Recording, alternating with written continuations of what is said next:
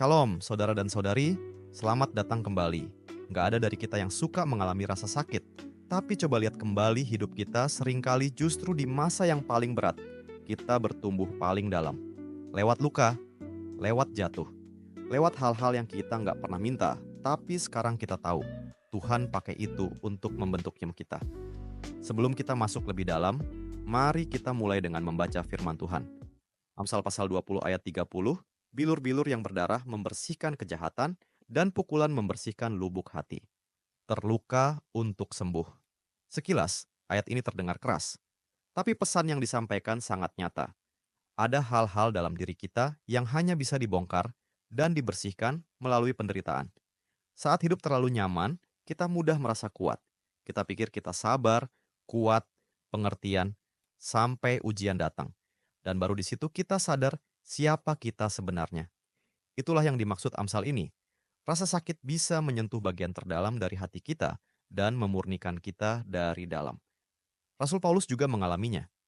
Dalam 2 Korintus pasal 4 ayat 16 sampai ayat 17, dia berkata, "Sebab itu kami tidak tawar hati, tetapi meskipun manusia lahiriah kami semakin merosot, namun manusia batiniah kami dibaharui dari sehari ke sehari. Sebab penderitaan ringan yang sekarang ini mengerjakan bagi kami kemuliaan kekal yang melebihi segala-galanya, jauh lebih besar daripada penderitaan kami. Penderitaan itu bukan sia-sia. Tuhan bisa pakai itu untuk memperbarui hati kita, asalkan kita jalani bersama Dia. Dan inilah bagian yang paling indah. Bukan luka kita yang menyembuhkan, tapi lukanya. Untuk luka-luka kita, hanya luka Allah yang bisa berbicara, dan tidak ada Allah lain yang punya luka, hanya Engkau saja. Itulah sebabnya kita bisa percaya padanya, bahkan di tengah rasa sakit. Mari kita berhenti bentar dan mikir, pernahkah kamu merasa tertarik lebih dekat pada Yesus justru saat menghadapi penderitaan? Luangkan waktu hari ini untuk bersyukur atas bagaimana Dia bekerja walau lewat masa yang sulit. Mari kita berdoa bersama.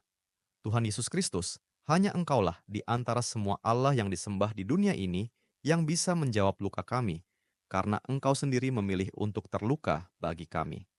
Engkau tahu rasanya menderita, dan karena kasih-Mu, penderitaan kami tidak sia-sia. Pakailah luka kami untuk membentuk, memperbarui, dan membawa kami makin dekat padamu. Amin. Terima kasih telah bergabung dalam pembelajaran Alkitab hari ini. Jika Anda merasa diberkati melalui firman ini, bagikan kepada keluarga dan teman-teman Anda. Jangan lupa untuk like video ini, tinggalkan komentar, dan subscribe channel kami agar kita dapat terus belajar dan bertumbuh bersama dalam firman Tuhan. Tuhan Yesus memberkati.